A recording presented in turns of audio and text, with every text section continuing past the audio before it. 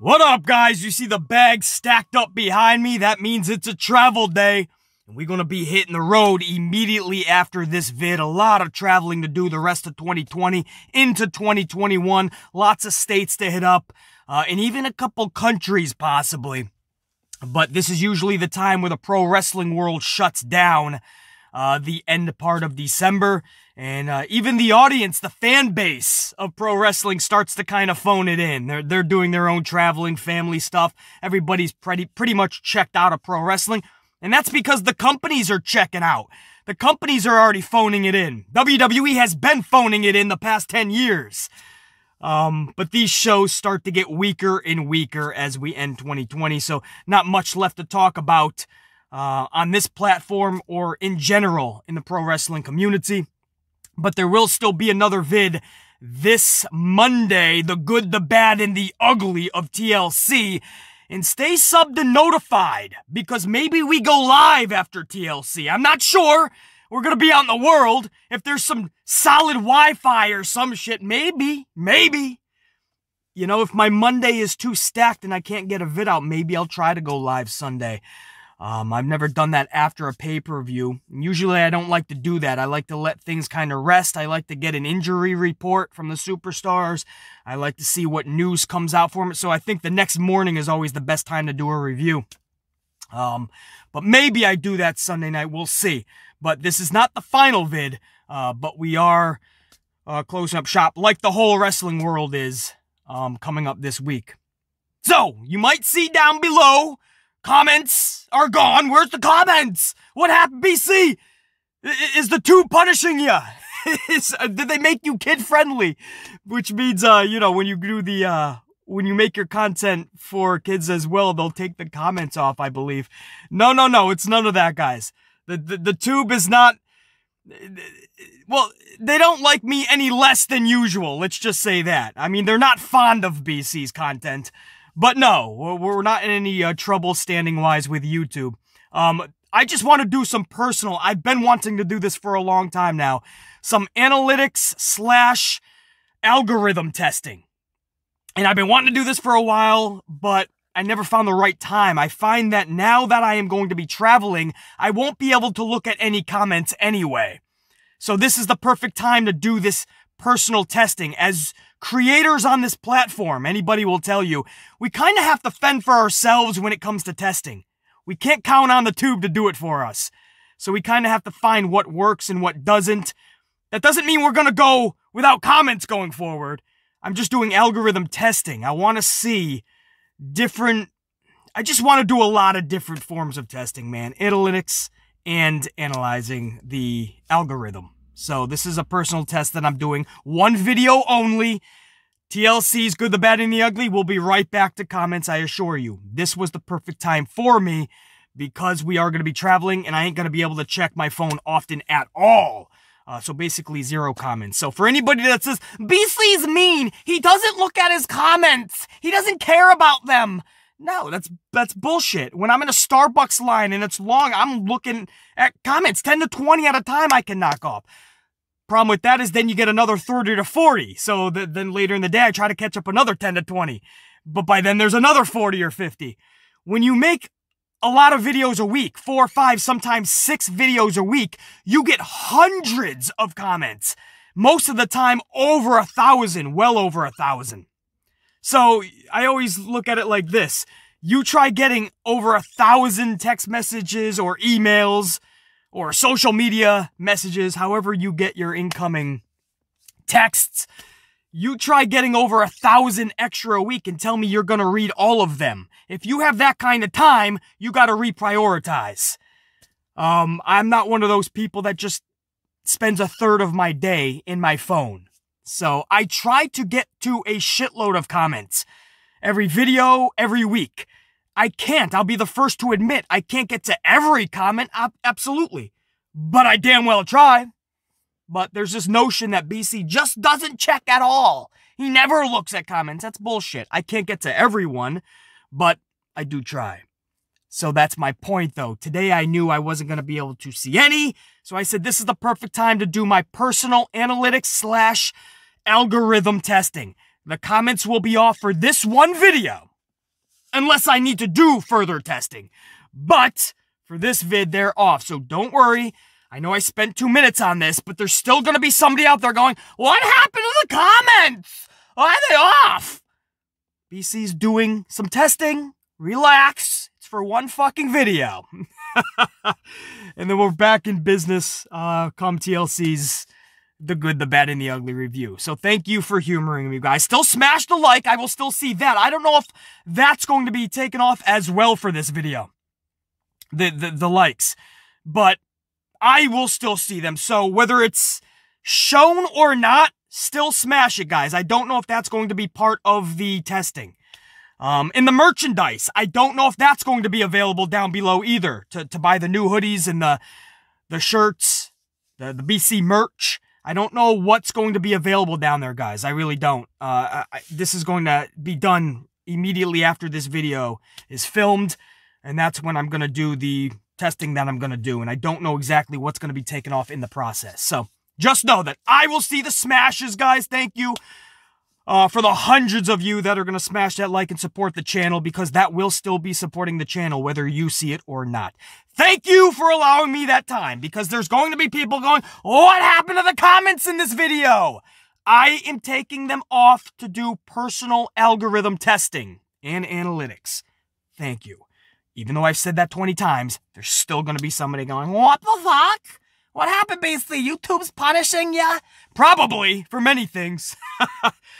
Alright, guys, thank you for understanding, and we will talk again, obviously, for TLC's Good, the Bad, and the Ugly. Now, this show was not on Fox Smackdown for December 18th, 2020, I believe.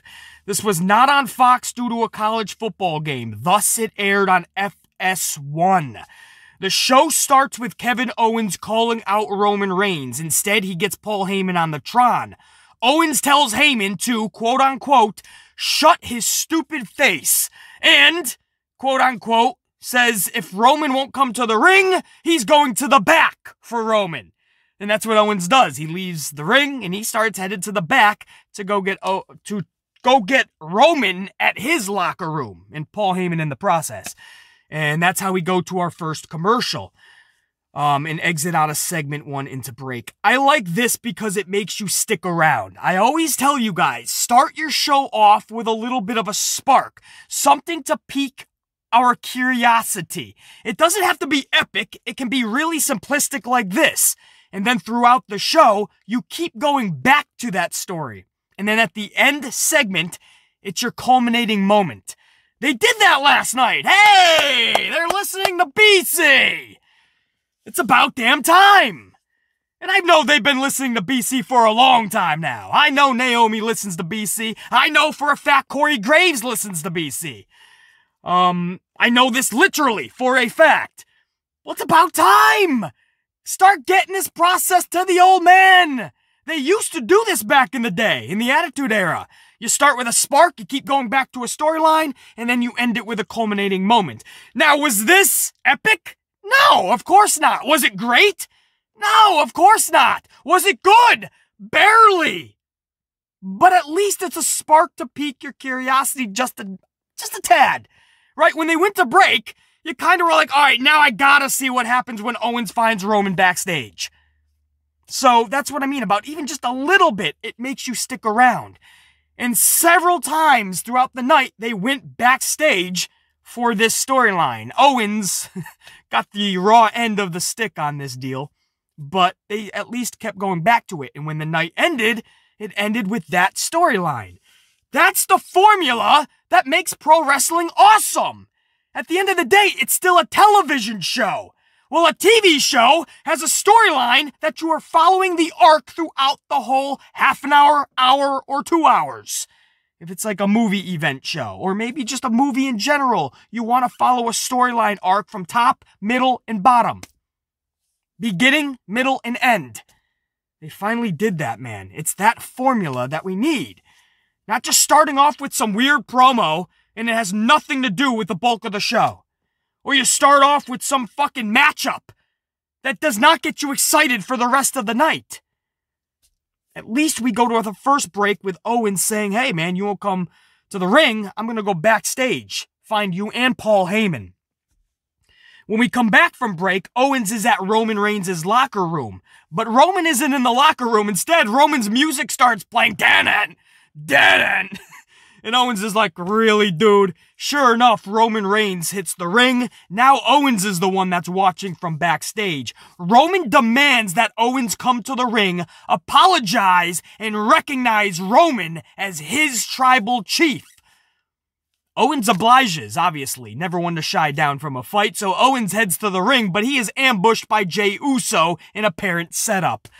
Owens is subsequently receiving an ass whooping for the next few minutes. And that wouldn't be the only time. Throughout the night, Owens was going to receive an ass whooping from Jey Uso mostly. But yeah, he receives a pretty bad ass whooping here. And the end of the night, he received a much bigger one. But this whole first 20 minutes was just dedicated to that story. And they didn't leave it alone. They kept going back to it, even in the final culminating moment segment. So that's what I do like about it. Whether it was epic or not, that's another story. But at least they went back to that formula, and that's needed. The first matchup of the night was the SmackDown Tag Team title match between the champion Street Profits versus challengers Dolph Ziggler and Robert Roode. Now, you want to talk redundancy? Because you know I done did my research for you guys. I went back into the history books. I got some facts for you, as always. Just like on the Raw side of things, where you have the New Day versus the Hurt Business every single week. And what's the grand prize at the end of the tunnel? Another match at TLC. So what gets you excited for a pay-per-view match these days? Watching the same individuals wrestle every single week for months. Yeah, that's going to get people excited. Same thing over on the blue side of things for SmackDown. When you talk about the Street Profits versus Dolph Ziggler and Robert Roode, check these facts out. These teams faced each other on the October 6th Raw as part of a 6-man tag. Then on the October 16th SmackDown 10 days later in a straight tag team match. Then a week later on the October 23rd SmackDown in another 6-man schmaz. Then again on the November 20th SmackDown 1 week later as part of an 8-man tag. Then again on the November 27th SmackDown 1 week later in another straight-up tag match. Then just last week, one-on-one Ziggler versus Ford. What the fuck? Seriously? That is how they get you excited for a pay-per-view title match? By watching them face each other every week for month after month after month? You're talking about October! They started facing each other. We're now going into a mid-December pay-per-view. And that's the same match. Let me put this in perspective. Think about it this way, guys. Here's an example. Could you imagine Razor Ramon versus HBK Shawn Michaels at WrestleMania 10? I believe they had the ladder match at that WrestleMania, correct?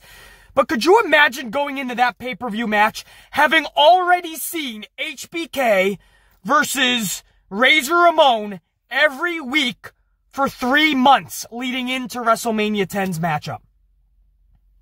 Could you imagine seeing Shawn Michaels and Razor Ramon every fucking week for 3 months, and then they tell you that's going to be the pay-per-view match at WrestleMania? Or who else was at WrestleMania 10? Owen Hart versus Bret Hart. But could you imagine seeing Owen Hart versus Bret Hart every single Monday Night Raw for 3 months just to get us to WrestleMania 10 to see Owen Hart versus Bret Hart? And I know, jokingly, we would say, well, at least we know it'd be a great match, so I'll take it. No! The interest would be gone after 3 months of wrestling. One-on-one, tag team, Owen Hart versus Bret Hart in a 6-man schmaz, an 8-man schmaz, back to one-on-one, back to a tag team match. That's what you're telling me! In just a couple of months, we have seen Street Profits versus Dolph and Robert Roode in 2 6-man tags, 2 or 3 straight-up tag matches, an 8-man schmaz, one-on-one matches. That's all in the last 2 months.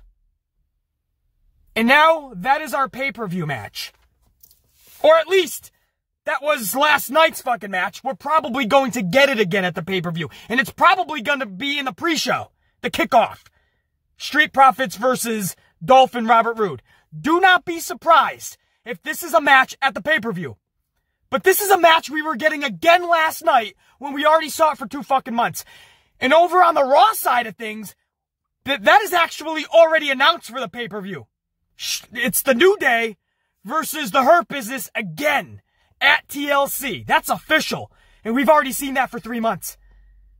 They're doing the same thing over on the blue side. Don't be surprised if that's gonna happen again. We just saw it again last night. We might get it again at TLC. That is not how you do business. What made WWE great in the past and pro wrestling in general is you didn't see them face each other every week just to get you to the pay-per-view match, which is the same match. I can't even with these fucking people, man. And that's what I mean about creatively they have checked out for years now. There is no creativity. The old man he's lost it. He's got to move aside. He thinks this is what, it's energy, it's effort. I cannot believe for 1 second that Vince McMahon believes this is actually what works. I honestly believe that at least half of the equation here is that he just doesn't have the energy or care anymore for the product. He doesn't give a shit. So he's just like, have him go out there time after time. There is no tag division, so just have him go out there. Face each other every fucking week until we get to the pay-per-view. In fact, let's have them face each other at multiple pay-per-views because he doesn't give a fuck about what is actually interesting, what is entertaining, what is actually working. He doesn't give a fuck. Vince McMahon is the name I'm using. Nobody else. It's not Kevin Dunn's problem. It's not Bruce Pritchard's problem. It's not creative dipshit writer number 612 and 613, Tommy and Timmy, or creative writer 517, who's usually in the bathroom during creative meetings anyway, twiddling his fucking thumbs. Well, who knows what he's doing in the bathroom for an hour and a half. Let's not even go there. It's nobody else's fault but Vince McMahon. On this channel, you will hear all of us blame one name, one person. Bruce Pritchard, no. Kevin Dunn, no. Creative dipshit writer 612 and 613, no. Creative dipshit 517, no. Vince McMahon. That's it. It starts with McMahon. It ends with McMahon. Everybody else's name is a revolving door. He uses them to blame them for a shitty product. So then he can just fire them. Trust me. Everyone else that you want to blame, they have either already been fired in the past and they will be fired yet again. If they haven't been fired yet, they'll be fired in the future. Because Vince will blame you. He uses you as scapegoats. It's no secret that the product started to shit the bed 10 years ago, 5 years ago for sure. Year after year, it gets worse and worse. But there's been every other name in every position you can think of.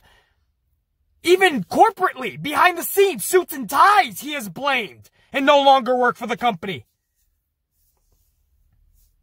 People like George Barrios bent over backwards for McMahon, but when shit hit the fan and McMahon was doing some shady shit, George Barrios was gone. Jim Ross has been fired 5 fucking times, Jim Cornette 7 times. Eric Bischoff flew from Colorado all the way to Stanford for what he thought a new career. 9 months later, Eric Bischoff was going right back to Colorado. Paul Heyman couldn't even last. Everybody is a scapegoat, so you can blame other people. We blame one person on this channel, Vince McMahon, because this is careless bullshit. The same people fighting every week, wrestling every week, just to get to the pay-per-view that we, the fans, are supposed to be excited about, and it's the same match we've been watching. Unacceptable bullshit.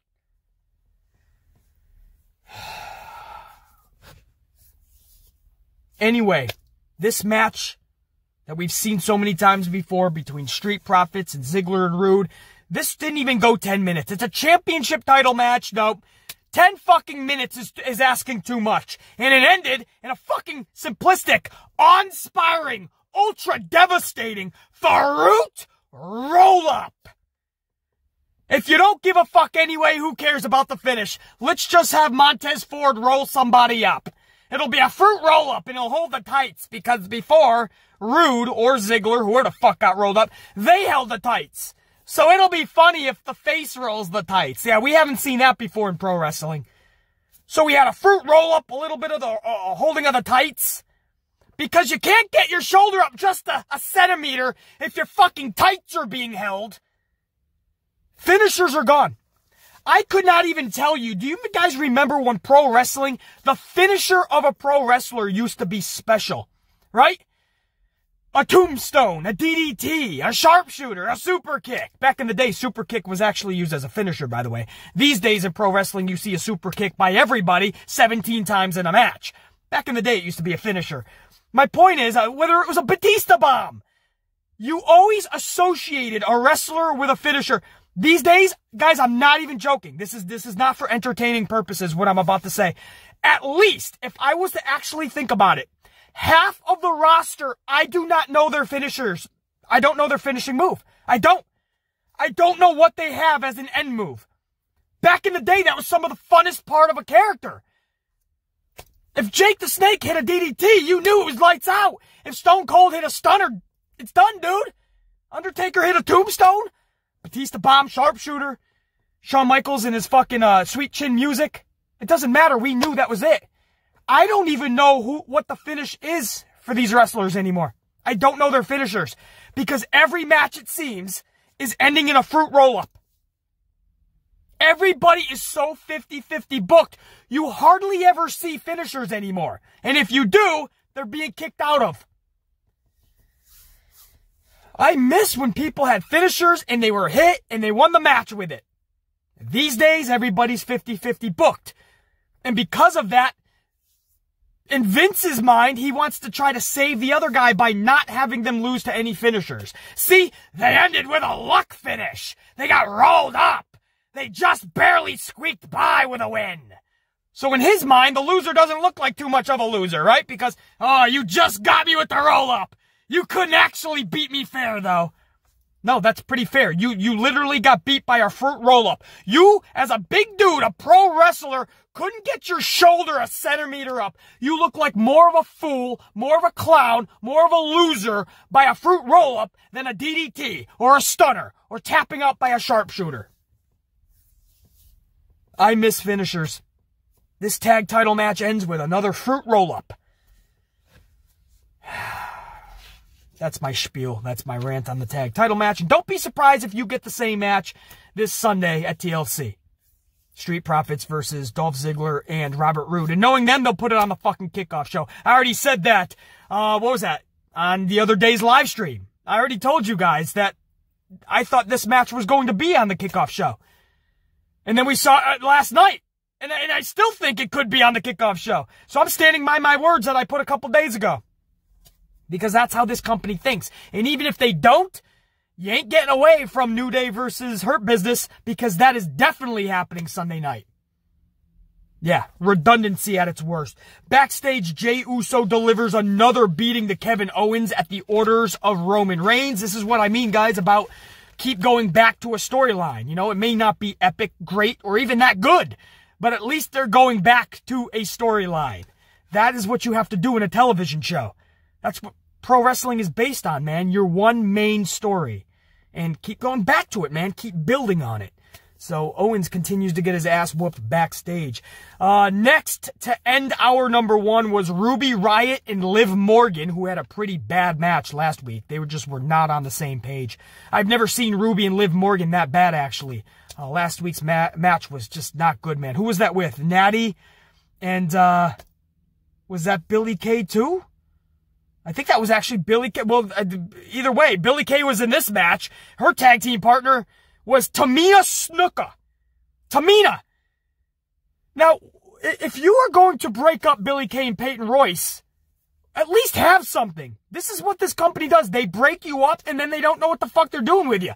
I honestly think Vince, via reports, saw something in Peyton, but not in Billie. So he split them up. But then he saw that Peyton wasn't ready for a lot of that spotlight. So now he's like, fuck, I guess that didn't work. And now you just split up a team. So now you have Billie Kay with Tamina Snuka. Well, I would have rather had the Iconics than Tamina Snuka. But that's what we got. Billie Kay and Tamina Snuka last night. And I kid you not, this is a true story. The bell rang for this match. I went to grab a slice of pizza. And when I came back, Morgan was already covering Billie.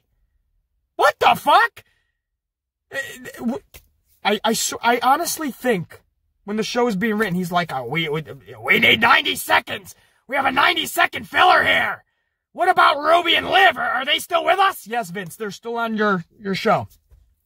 Put them in a 90-second match. Against who, Vince? Damn it, I don't know. The Iconics. Vince, you split them up, remember? You thought you saw something in Peyton, then you changed your mind, but Billy's still here. Well, put her with somebody. Where's Mickie James? Mickey's not even here, Vince. What do you... Put Gail Kim. Where's Gail Kim? Put her with Billy. Vince, Gail Kim left the company because you treated her like shit, dude. Gail Kim hasn't been here in the longest. Melina! Put Melina! Damn it, Sonny! Melina's not with the company, Vince, and Sonny is in prison. Vince, what are you not understanding?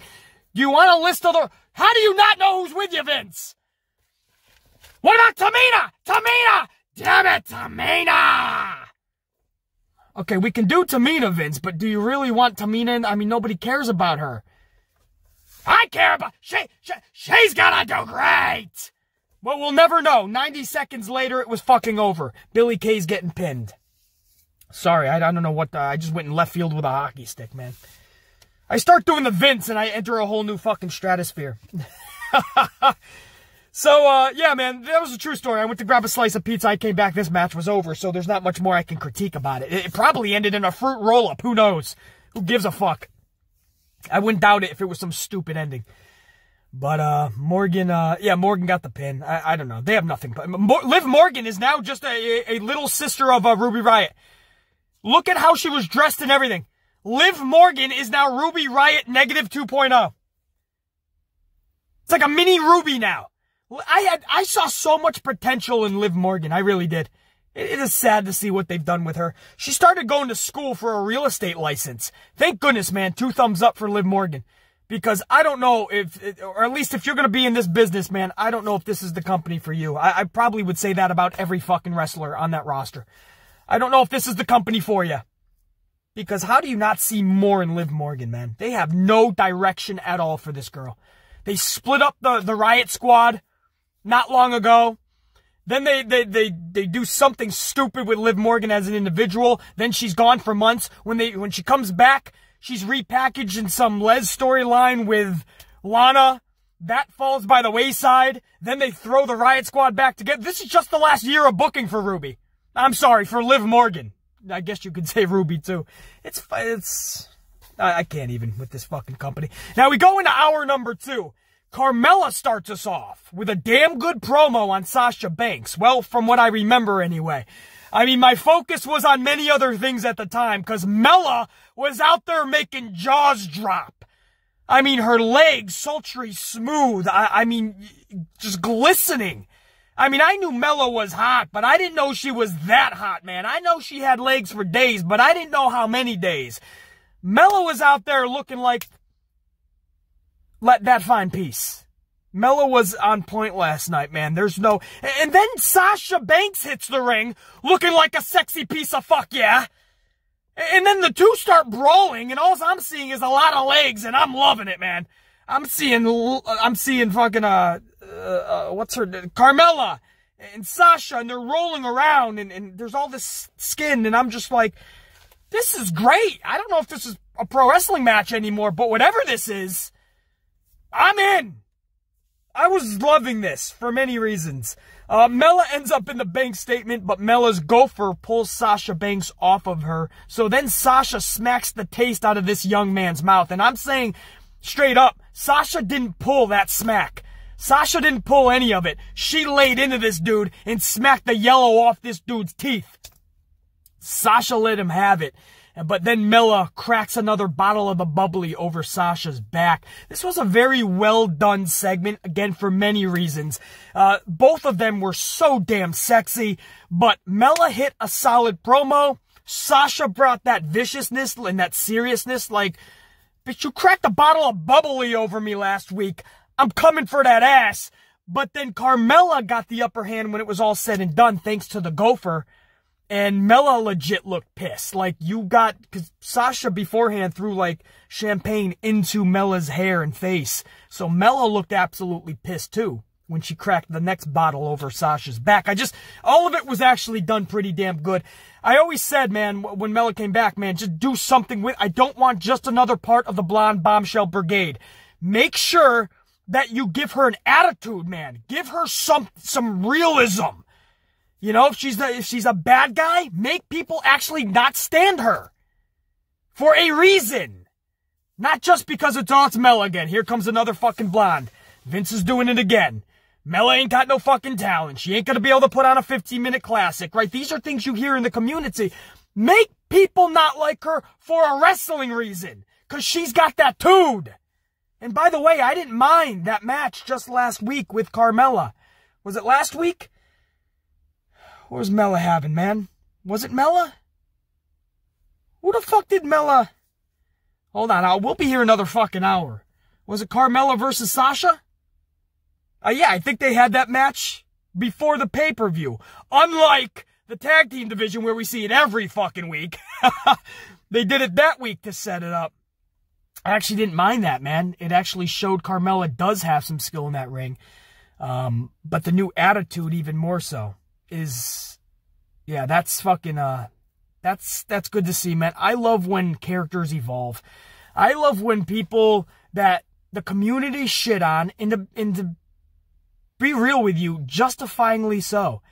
A lot of the times when we shit on somebody, it's not that we're throwing shade at the actual individual playing the character. It's the fact that we don't want to see that character on our TVs for justified reasons. Carmella was in that group, no question. But it's great to see her improve. Not just her in-ring work, but just that character, man. This is somebody that you can truly say, oh, I want to see Sasha get that revenge, you know? Anyway, that was a very well done segment by both ladies. And, man, the level of sexiness between these ladies, I just can't fathom, man. They are so damn sexy, bro. Carmella, you heard about looking like a bag of chips. She was the whole fucking truck, man. You're on the highway and you see an 18-wheeler of fucking Lay's coming by. It's Carmella, baby. Damn! Anyway, moving on. Backstage, Jey Uso is attacked yet again. Oh no, Jey Uso attacks Owens yet again, I should say. At this point, just escort Owens out of the damn building, will you? Because the definition of insanity is doing the same thing over and over again and expecting a different result. If Owens stays in the building, Jey Uso is going to keep whooping that ass, man. So, Owens gets it again by Jey Uso. I love it. They keep going back to it, man. Whether it's just backstage or he's in the medical training facility, doesn't matter. Jey Uso has orders from Roman to go beat his ass. So Owens is getting his ass whooped. Then we saw, to me, I like this. This is probably getting panned on social, but I like this. It was a commercial for 2021 by WWE, and it had all the wrestlers beating the shit out of 2020. It was like some, monster type deal, and he's in the ring, and the wrestlers are beating the shit out of 2020, but 2020 keeps getting back up, and Michael Cole, 2020 just won't stay down. Corey, what's it gonna take to keep 2020 down? And all of a sudden, 2021 comes down the aisle. He's got his own music. Michael Cole's like, it's 2021! I kind of liked it, man. They had some fun with just wishing everyone a happy new year. You know, so if they're gonna do that for 30 seconds, I'm okay with...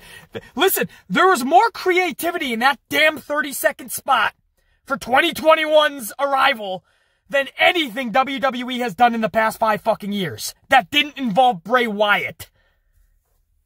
So I thought that was a funny commercial. Sami Awards were up next. Sami Zayn was basically presenting awards to himself. Sami wins Comeback of the Year. Sami wins Match of the Year. But when it came to Superstar of the Year, it was Biggie. Because a segment earlier, before we went to break, Big E found the envelope, so it's obvious that he swooped his name in there. So Sami Zayn announces Big E as the winner, and he's like, what? So Big E comes out. They have a little bit of a rift. Big E has an acceptance speech. Sami Zayn pushes him away, and Big E's like, oh no. He gives him a gut shot, and then he literally throws him down the aisle, and Sami Zayn looked like, remember one of those, when you were a kid? Slip and slide? It was just a long pathway of water, and you would just get a running start and just slide like fucking 30, 40, 50 feet, depending on how small you are. Maybe you literally cascaded into the next town, and your parents are running after you. Justin! Justin! Seriously, when we were younger, man, I used to see some dudes fucking fly 100 like a football field. But it was like the old slip and slide, man. Sami Zayn just went flying. So, I don't think it was officially announced yet, but you could get Biggie and Sami Zayn at TLC. I see Biggie winning this championship from Sami Zayn, man. It's Biggie's time. It's Biggie's time, man. Everybody talks about everybody else. What about Biggie, bro? This dude's got the tools. I want to see less comedy. I want to see more Biggie's vicious side, man. Bianca Belair versus Bayley was actually your main event. It wasn't in the end segment, but it was your last match of the night. This was a really good match, man. Bianca is getting so damn good. She already was good.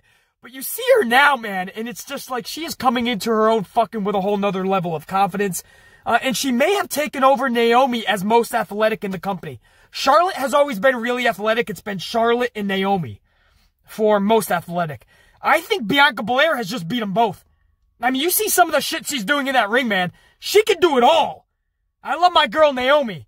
But I think now Bianca Belair is the most athletic female in WWE. And I think that's hands down. Bianca is the future. Damn it, she might be the now. Bianca Belair so much impressed me last night. But, ding dong, hello, it's Bayley that defeats Belair via the Rose Plant last night. Now, I know some of you are thinking, oh, BC's going to be pissed. I'm not. Bayley is a viable candidate to beat anybody. She just held the championship over 350 days, correct? It's Bayley we're talking about. She's damn good in that ring. Multi-time champion, at least if you include NXT. And one of the longest reigns, if not the longest reign for the females. So, of course Bayley can beat Bianca. Bayley can beat Sasha on any day. Bayley can beat Charlotte. Go down the line. So, Bayley winning this does not perturb me. Now, usually I just don't like to see other people like Bianca Belair losing this because it's 50-50 booking, A, and B, it doesn't do anything for Bianca. In fact, I skipped something. What'd I skip? Oh, yeah. Earlier, Otis defeated Shinsuke Nakamura, and this goes hand in hand with what I was going to say. I don't know how I missed that. Oh, yeah, I do. This was like a 2-fucking-minute match. Otis defeated Shinsuke Nakamura in a one-on-one match. That's great for Otis, but I can't help but feel bad for Shinsuke Nakamura. This is how bad it's gotten for Shinsuke. I mean, a 2-minute match loss to Otis. This is what I mean about 50-50 booking. It's great for one person like Otis. For Shinsuke Nakamura, the dude loses in 2 minutes.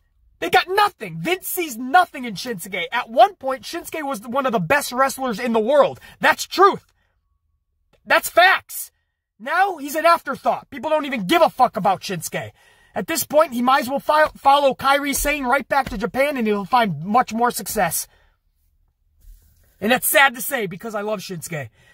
But going back to this match with Bayley and Bianca, this isn't that same situation, though, where Bianca is in the situation of Shinsuke. No, this actually helped Bianca, man. Bianca looked like the shining star that we know she is last night. That was a good match. Bayley is a worthy opponent, A, and a worthy person to beat you. And I see this continuing. This was so good, I don't mind seeing another match between these two. Do I need to see it 5, 6, 7 times? Like WWE usually runs into the ground? Of course not. But this sets up another match between these two because it was that good. And the way it ended was a rig to the eyes in the Rose Plan. So even though Bianca was looking solid and she was going to take this, Bayley pulled her trickery out for being a heel status character, and she played it beautifully. And Bianca Belair was just the star. So Bayley won the match, but Bianca was the star. I don't mind seeing this again. I don't know, man. I did not mind this Bianca loss. Either individual I would have hated to see lose. Bayley had the title for that long, and since she's lost it, Bayley has been an afterthought. You can't do that. When a champion loses the strap, you still have to have something for them. You can't just literally put them into irrelevancy and obscurity. I'm glad that Bayley had that victory last night, to be honest. This isn't one of those situations where both needed the victory. I just need Bianca to be booked better. You know, you give her the main event spot with Bayley, I'm in on that shit, man. So, I didn't mind that, guys. The match was good. Bianca's performance was one of her best ever.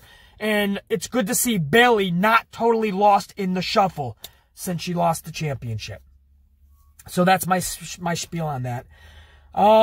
sorry if you hear any beeping in the background, guy. We got a big snowstorm recently, and they're still salting all the roads, and that's just the way it goes, man. So there might be some extracurricular beeping. Nobody's gonna get their ass whooped afterwards, man. Usually if it's fucking lawn mowing Larry and weed whacking Willie, we jump out and we have some words. The night ended with a badass beating to Owens by Roman Reigns and Jey Uso. So just like the rest of the night, we ended the night with a beating. But this one was pretty badass, man. They were literally covering this dude with chairs, tables, ladders. Owens was covered in wreckage. And they finally went to the back after beating this dude for minutes.